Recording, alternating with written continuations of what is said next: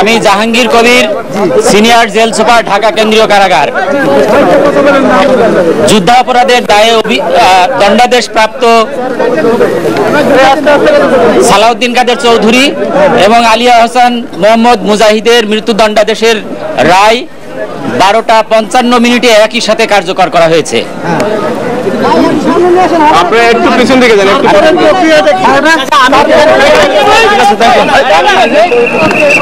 রাইসুল, আপনি শুনতে পারলেন senior jail super Jahangir Kabir, তিনি বলেছেন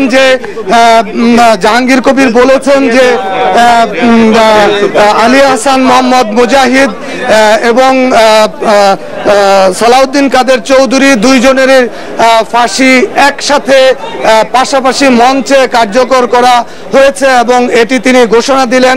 এখন আমরা অপেক্ষায় আছি রাইসুল যে আলী হাসান মোহাম্মদ মুজাহিদ এবং সালাউদ্দিন কাদের চৌধুরীর লাশ বাহিরে বের করা হবে। অ্যাম্বুলেন্স এখনো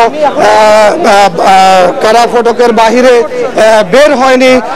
রাইসুল, আমরা অপেক্ষা করছি যে 4টি অ্যাম্বুলেন্স ভিতরে ঢুকেছে তাদের দুইজনের লাশ বহন করার জন্য, সেটি এখনো বের হয়নি।